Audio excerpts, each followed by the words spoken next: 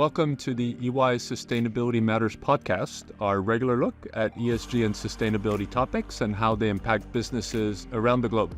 I'm Bruno Sarda, climate change and sustainability partner at EY, and your host for this series. Today we have a special episode recorded on video here with our guests in person in New York City as we wrap up a busy and dynamic climate week and UN General Assembly.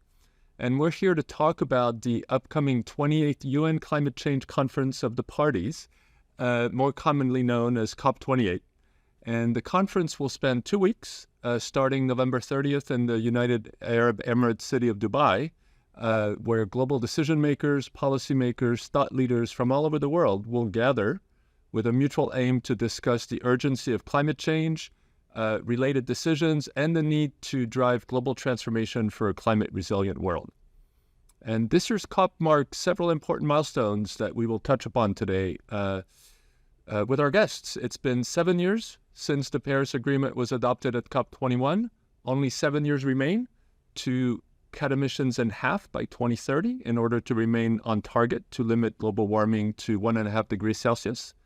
As a result, this year's COP marks a pivotal moment for us to assess and address where we are today and how much work is left to do. It's the first ever Global Stocktake that is scheduled to conclude at COP28 and will critically assess our global response as a global community to the climate crisis, where we need to accelerate climate action in order to achieve the goals of the Paris Agreement.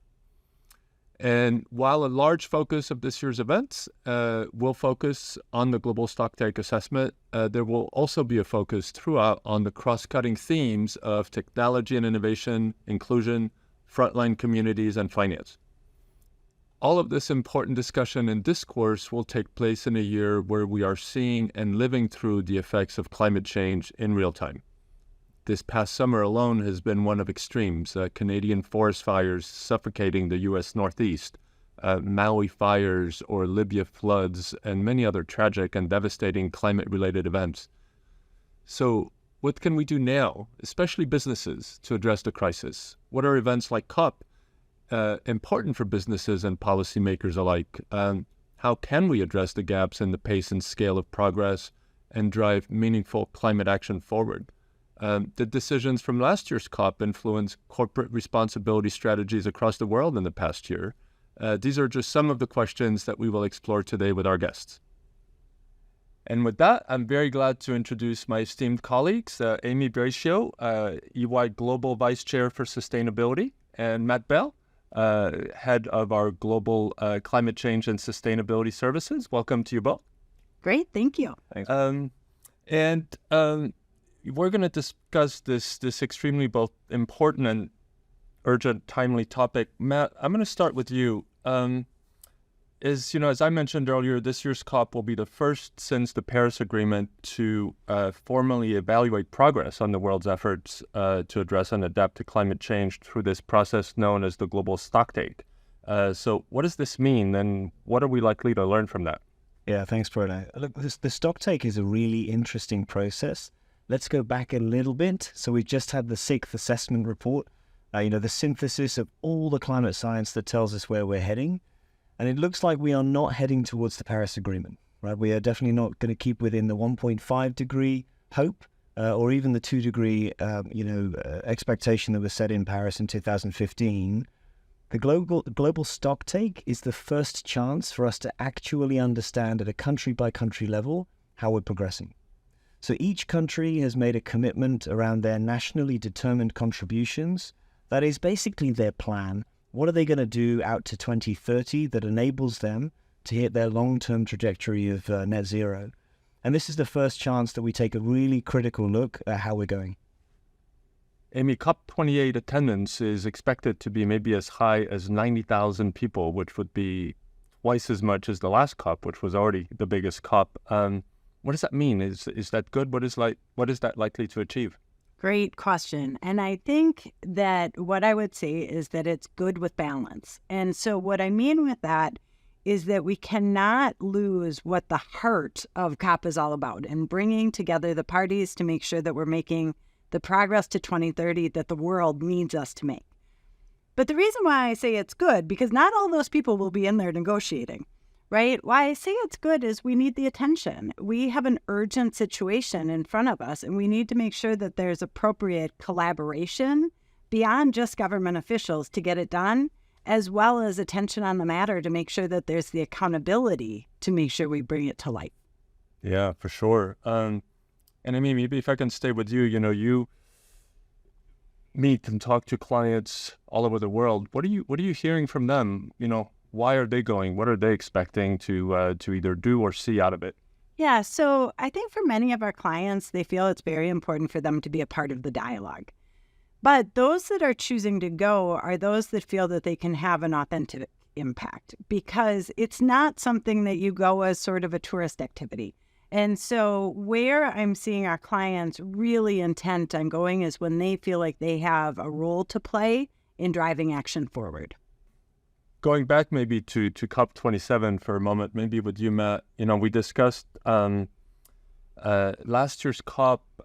We recorded an episode about a year ago talking about, this focus on maybe some of the global south, some of the parts of the world that have more suffered from the impact of climate change than maybe had a voice in shaping the action for it on topics like also loss and damage. Given the way COP28 is taking shape, how is that either supportive, reflective, or potentially contradictory to what came out of COP27? Yeah, look, the Global South was hugely represented at COP27. I mean, we had indigenous communities, we had, small island states, as well as a number of others that rightly, as you say, Bruno, haven't been part of the problem in terms of, haven't really been part of the industrial era per se, but are going to, unfortunately, be the ones who are most likely to suffer from the consequences of it. In the dying hours of Sharm el-Sheikh, we saw a landmark agreement on loss and damage. And there was a fair amount of pushback that we should even be discussing that topic, right? That there should be some retribution paid from those who have benefited from the industrial post-1880 growth that we've all seen, of course, to those who are going to suffer. And whilst the framework was established conceptually, there was a lot of work to be done. So between the last COP and into this COP, there's a lot of work to say, well, how do you actually operationalize that loss and damage function? There was a meeting in the Dominican Republic just a few weeks ago that set out some of the approaches that could be taken around governance, around structures for exactly how financing could be made and passed to some of those recipients, including who some of those recipients should be and who should pay. And critically as well, we're going to see coming up in Egypt prior to the COP, the second discussions in the context of loss and damage. And that's really going to be focused on what are the financing mechanisms and how do we seek to get greater levels of finance. We really didn't see a huge amount of money being put aside from Egypt. And that's largely because of the complexity of trying to determine how you would even structure this scheme in the first place. So what do we hope from COP28? Well, I hope that we have further advanced, this time in 12 months, because this is the first COP, which is coming 12 months after the last COP. They're not normally every year. But in 12 months, we're hoping that they'll really have advanced this, because just like many of the policy decisions that need to be made around COP28, we do not have a huge amount of time before the adaptation measures that those countries will need to be put in place are financed, or even the mitigation measures, of course, from many of the developing nations and developed nations are put in place. Amy, if I could maybe get you to reflect on the fact that, climate change for many COPs, including, COP21, when the Paris Agreement was signed, was still this kind of maybe, if not abstract, at least future condition. And the fact is we are in climate change now. And as I was mentioning earlier, coming off of a summer of extremes, extreme events, extreme tragedy, extreme heat.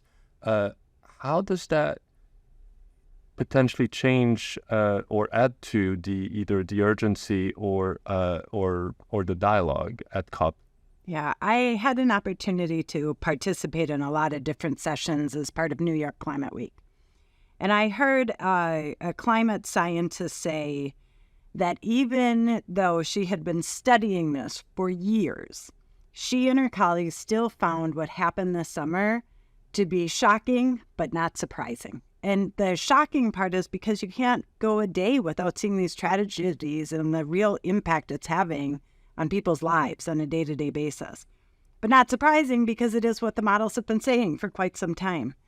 And so while I do not wish us to be in the middle of this, I think what it does is for everyday people who are not climate scientists or in this field, they understand the urgency and are now feeling it in their daily lives. I also think that we're seeing that come out with businesses, and those that were maybe not in the energy sector, say, and, looking at this all the time, but now understanding how they have to think about cooling in their factories in a way they never had to think about before because the extreme heat is impacting the well-being of their employees. And there are lots of additional examples where we're seeing action being taken as a result of the day-to-day that everyone is feeling. Yeah, actually, I'm glad you mentioned that, in a lot of the work we do in our day-to-day work with clients, a lot of climate risk assessment and actually heat impact to workers, both those who work obviously outdoors in the field, utility workers, service people, certainly in agriculture, but also in factories and buildings and offices. So many parts of the world that historically have not had need to air condition their, either their dwellings or their offices, are now finding that it's difficult to not do that.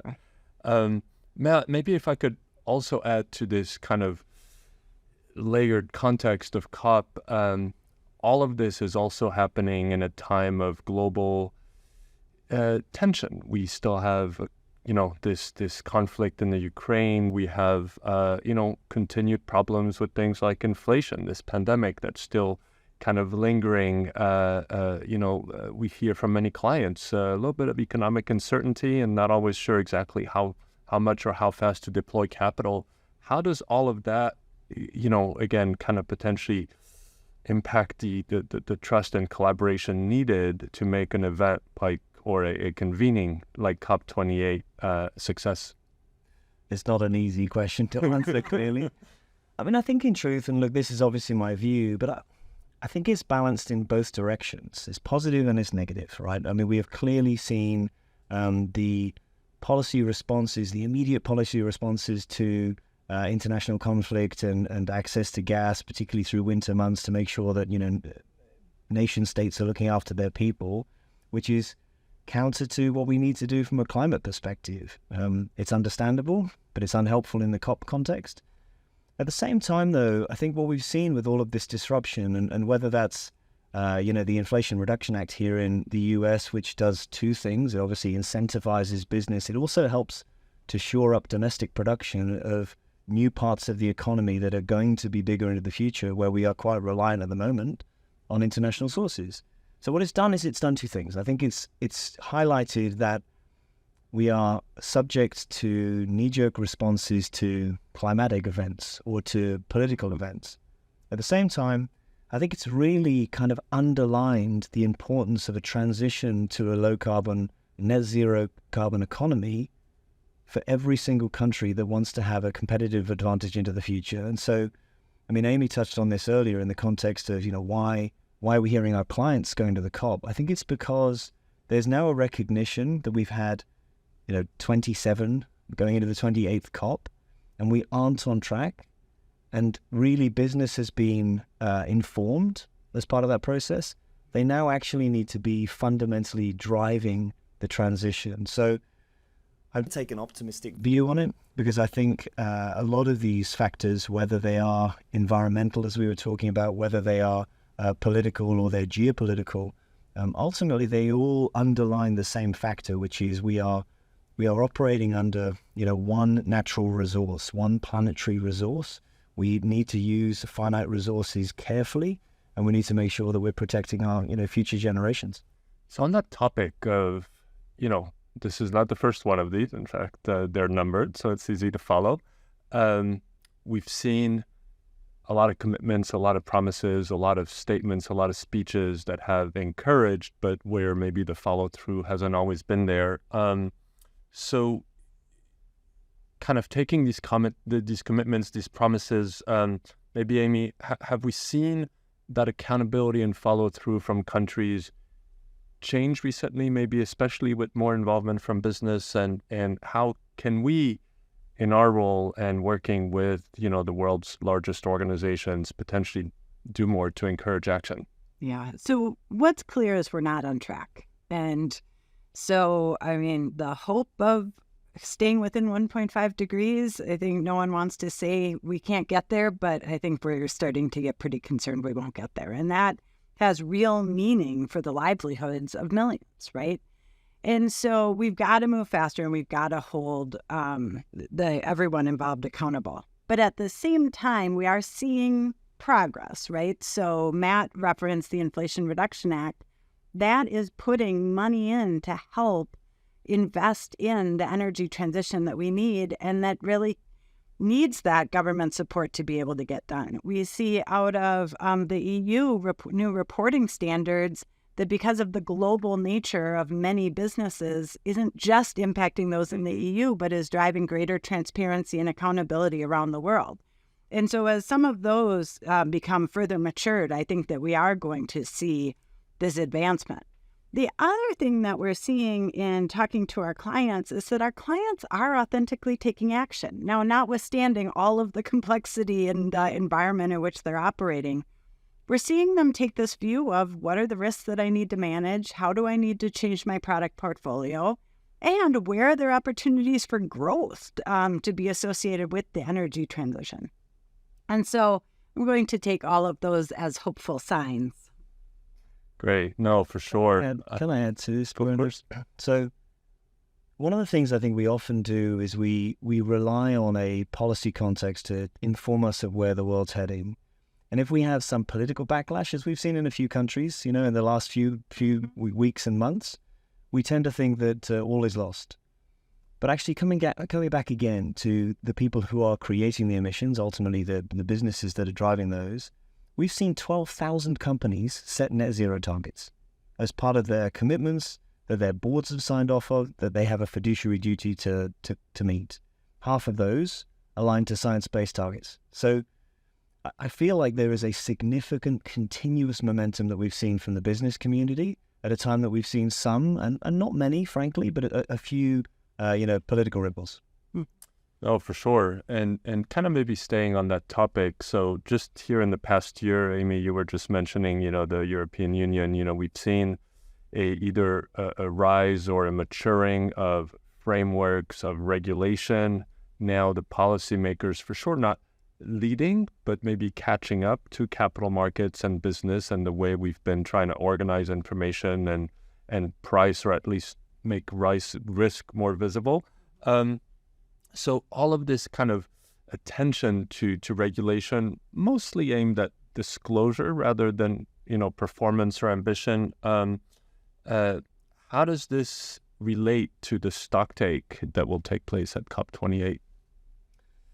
Look, so the stocktake itself is obviously at a country level, but as I've just said, you cannot really remove business from country because obviously, with the exception of a few countries, businesses are actually the ones that are driving the activity, the economic activity, which is either leading to emissions or leading to emissions removals.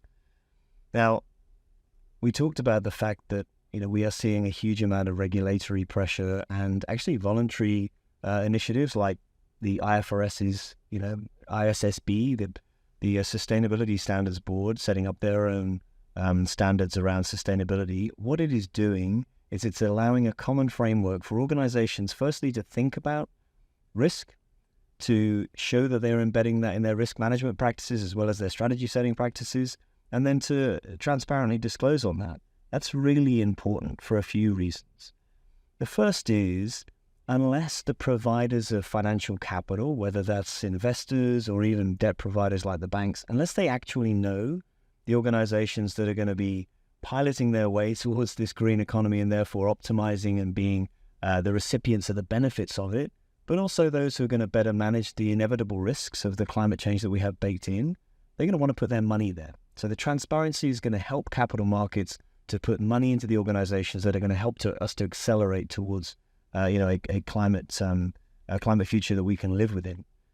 But the second part is really that we're seeing an advancement at the national level and at multinational levels like the EU, where there is a real push on business to actually do more than just disclose.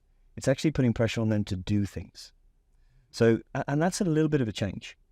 So in the UK, for example, we've got a task force called the TPT, the Transition Pathways Task Force. And it's put out a requirement for every large company in the UK that they have to go beyond what most companies have been doing, which is looking at different climate scenarios and disclosing on what that means to their business. They actually have to demonstrate how in the short, medium, and long term, they're going to be reducing their own emissions to align with what is a net zero commitment that the country, the UK, has made. But also, beyond that, they have to give a huge amount of detail in terms of how they're going to do it and what it means. Are they using offsets? Well, if you are, we want to know what you've paid for. We want to know how credible those offsets are. We want to understand if you've had third-party assurance over them. So really, these are disclosure requirements which can kind of seem like the tail wagging the dog, but in truth, they're actually driving action within companies. Yeah, and on that note, we've talked about the broader role of, well, for sure, government, business. The three of us spend our days and weeks looking at the world through the lens of our organization, EY.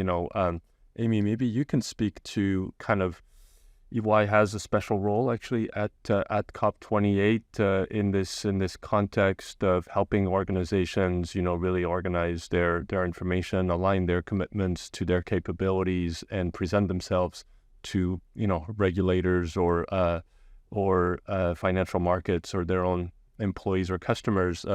Amy, maybe talk about the role EY is playing and why we have an important place or role in that place. Great. So at EY, we're a purpose-driven organization, and our purpose is building a better working world. And as part of that, we have sustainability at the heart of it, and we feel that we have a role to play. First, we have a role to play in the impact we can have as a business. So whether it's reducing our emissions associated with travel or our buildings, or working with our big vendors to make sure that they're reducing their emissions if they want to do business with us. That's a really important part. Another important part is how we engage with policymakers. We've got amazing expertise around the firm, including the two of you and others that we can bring to the dialogue to help move forward. We also have an amazing opportunity in that we are a global network where we work across all of the different industries, and we can bring people together so that we've got that collaboration and that mechanism for bringing together the discussion to drive action. And so I feel really strongly about the positive role that we can play by being there, and I'm excited that we will be. Great. Matt, maybe a similar question to you. What when you think of our place, our role, what would be maybe something we would particularly wish for, or what would be kind of a breakthrough that we would either look for or look to help achieve at COP28? It's a really hard one to give an answer to, because we know that historically, actually, during the COP process, it's hard to get really definitive outcomes. And what we can best hope for, I think, is conceptually agreement across, frankly, every single member state, which is what you need at COP. You need a unanimous agreement on things of real importance. So we talked about the Global Stocktake. Why is that important? Well, it only happens every 5 years, and this is the first time we've ever done it. And it's not just like our national accounts where governments have to, under the UN, provide information on their emissions each year. It actually says, what are they going to do, both from an adaptation and a mitigation measure, to accelerate action and keep them either aligned to their current nationally determined contribution, their own goal, or improve it. And so I think what I would really love to see is a stocktake process that highlights countries that have been unable to stay aligned to their NDCs, but then actually a credible pathway that is really obvious for them to be able to make that work, so that we can then see the right policies put in place, the right incentives put in place, and then businesses are going to have certainty in the environment so that capital markets can invest and businesses can do the right thing. Fantastic. Well, Amy, Matt, thanks for making time for this discussion today. you both spoke from a place of optimism. I think if I can join you in that, when I see certainly the two of you, all the colleagues we have working on this, as you mentioned, Amy, we're just wrapping up here Climate Week in New York, where we've been engaged with and surrounded by some of the smartest, most passionate, most, agile people I've ever met. That gives me optimism that we have the intellectual horsepower that is really kind of putting their shoulder to the wheel in the direction of this important task. At EY we say sustainability is everybody's business. Climate for sure is everybody's business, and I for one I'm glad that it's ours as well. So thanks again so much for joining us today. Great, thanks for having me.